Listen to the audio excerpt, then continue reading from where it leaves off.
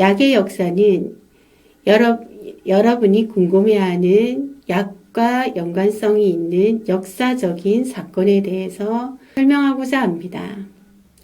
오늘은 제1강 질병은 악마의 소행이 아닌 자연적인 현상이다라고 말을 한 히포크라테스에 대해서 알아보도록 하겠습니다.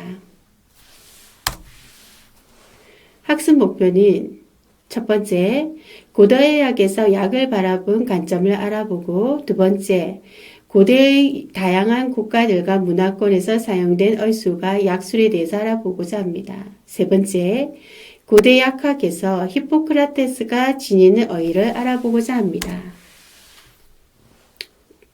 첫 번째, 고대 의학에서 바라본 약학에 대해서 알아보도록 하겠습니다. 약, 명사, 병이나 상처 따위를 고치거나 예방하기 위해 먹거나 바르거나 주사하는 물질이라고 할 수 있겠습니다. 고대의 약, 질병에 대한 지식이 부족해서 무엇이 건강에 도움이 되는 물질인지 몰랐습니다. 신념을 이용한 치료가 약을 대체했었고, 이 신념이란 병이 사탄의 소행이라고 믿어서 중세시대 사람들은 믿었습니다. 그래서 분변 등이 치료제로 쓰였다고 합니다. 참 놀라운 일이죠. 정근대인들이 바라본 병과 약에 대해서 알아보도록 하겠습니다.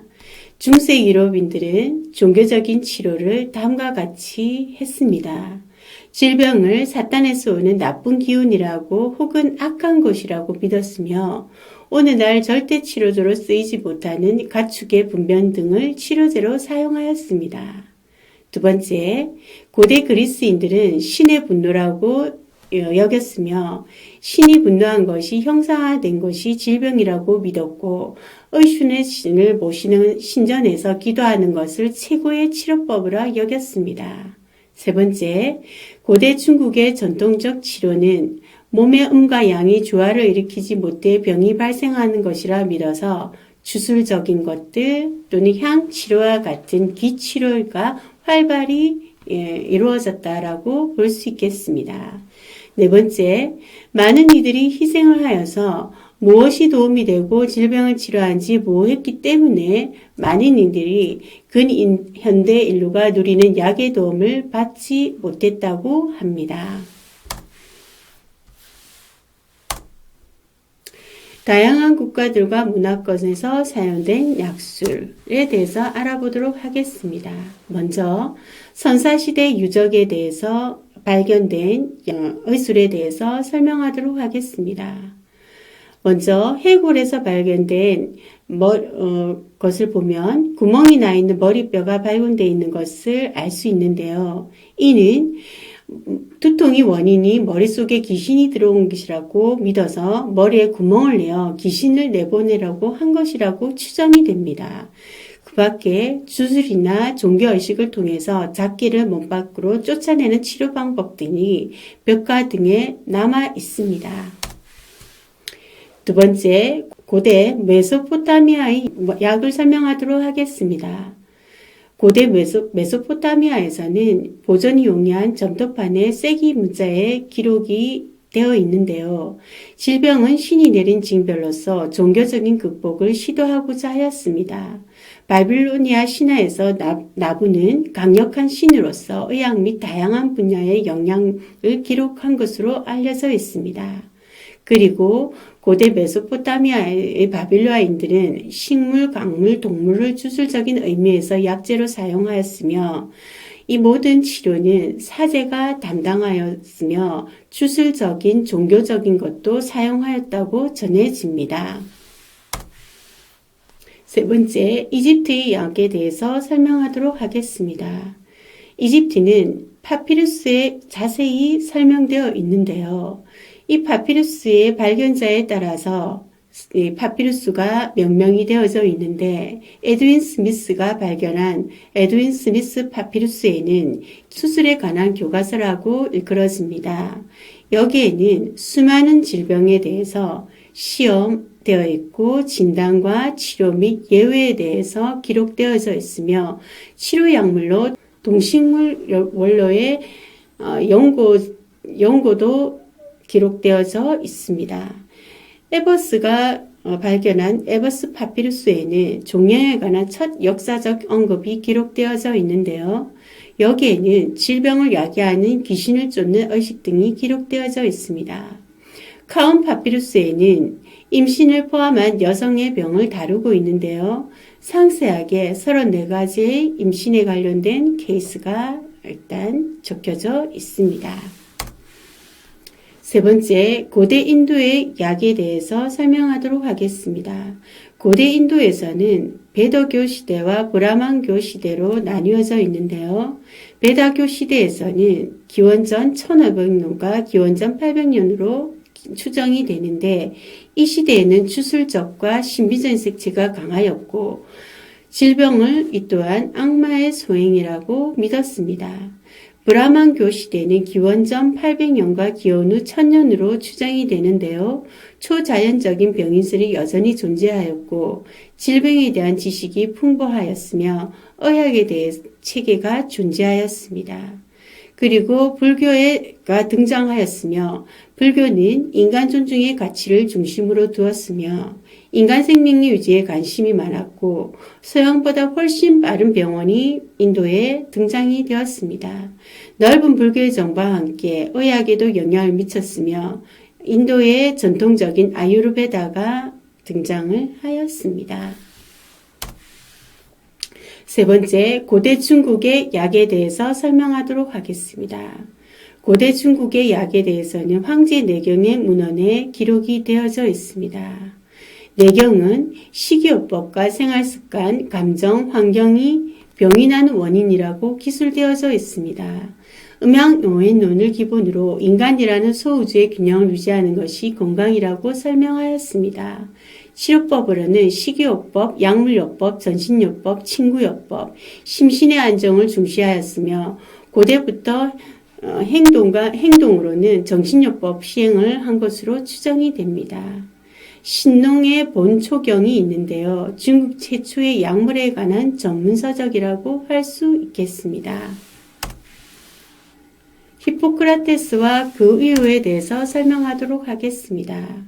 히포크라테스는 질병은 신이 내린 벌이 아니다라고 종전에 질병은 신이 내린 것이다라는 설을 완전히 주장을 뒤엎은 사람이 되겠습니다.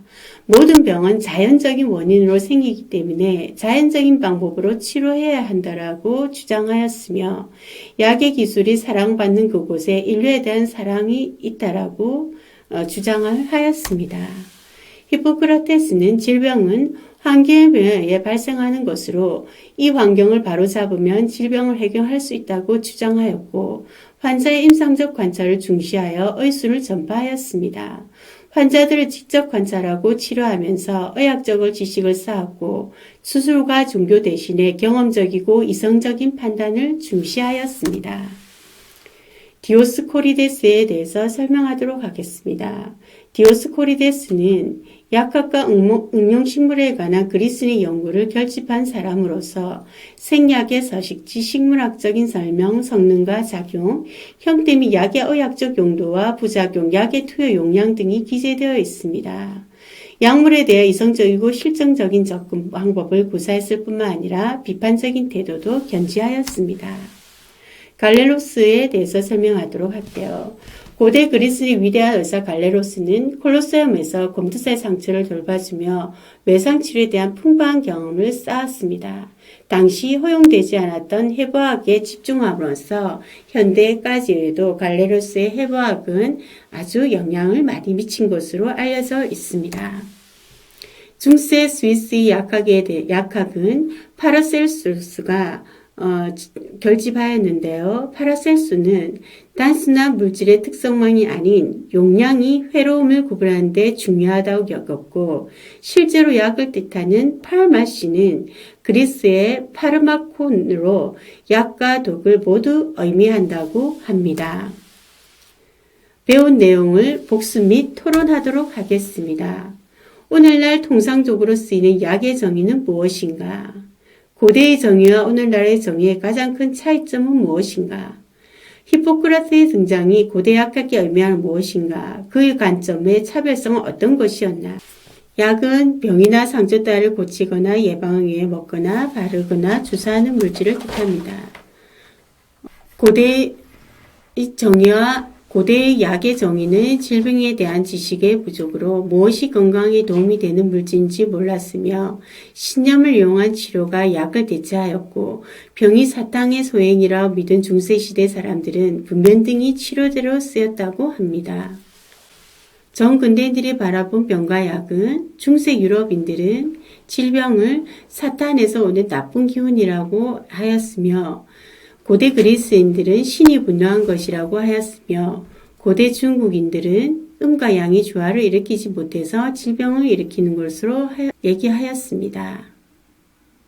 선사시대에서의 해골에서는 구멍이 나 있는 머리뼈가 발견이 되었는데 이는 머리에 사탄이 들어가 있는 것으로 수술을 통해서 치료를 하고자 하였고 고대 메소포타미아에서는 식물과 강물, 동물을 이용하여서 치료제로 쓰였습니다.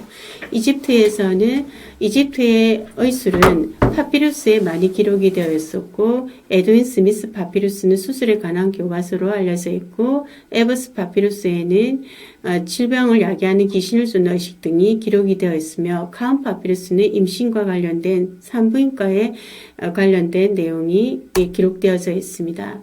고대 인도에서는 불교를 중심으로 해서 많은 의학에 영향을 미쳤고 아유르베다라는 이런 영향을 미쳤습니다. 고대 중국에서의 약에 관련된 기록은 황제 내경과 신농본 축경에 기록이 되어져 있습니다. 히포크라테스는 질병은 신이 내린 질병이 아니고 자연적인 원인에 의해서 생기는 것이므로 자연적인 방법으로 치료해야 된다라고 기존의 질병은 사탄의 병인설을 뒤엎었습니다. 히포크라테스는 환경 변화에서 발생하는 것으로 환자의 임상적 관찰을 중시하였으며 환자를 직접 관찰하고 치료함으로써 의학적 지식을 쌓아야 한다라고 하였습니다.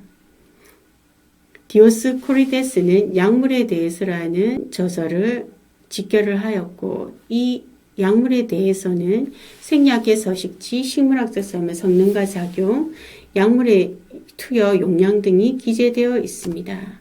갈레로스는 고대 그리스 위대한 의사로서 콜로세움에서 매상치료에 대한 풍부한 경험을 쌓아 해부학에 대한 견해를 기록이 되어져 있습니다. 중세 스위스의 파라셀수는 약에 대한 용량에 대해서 중요하다라고 주장을 한 의학자로서 유명합니다. 의학적인 약의 발전 과정에 있어서 가장 결정적인 요인은 무엇이었을까요?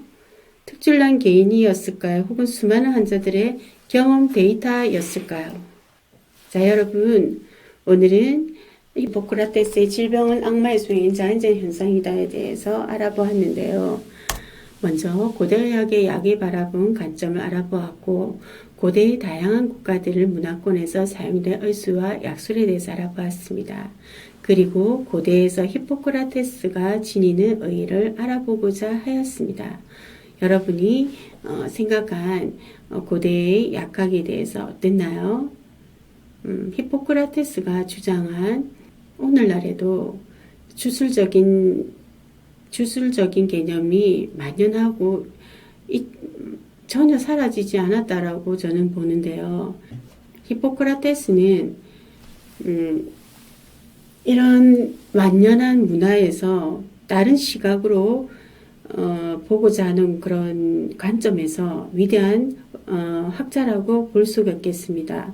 우리도 고정관념에서 벗어난 시각으로 다양한 관점에서 어떤 한 문제를 보고 그 문제에 대해서 생각해보는 그런 시각적인 것도 필요하지 않는가 하는 그런 이제 생각을 저는 하게 됩니다. 여러분도 한 가지의 문제점을 가지고 본인이 가지고 있는 그런 고정관념을 벗어나서 다양한 시각에서 다양한 관점에서 보고자 하는 그런 시각적인 데이터와 여러 가지 경험적 데이터를 종합해서 여러분이 보는 그런 안목을 지녔으면 하는 바람입니다. 감사합니다.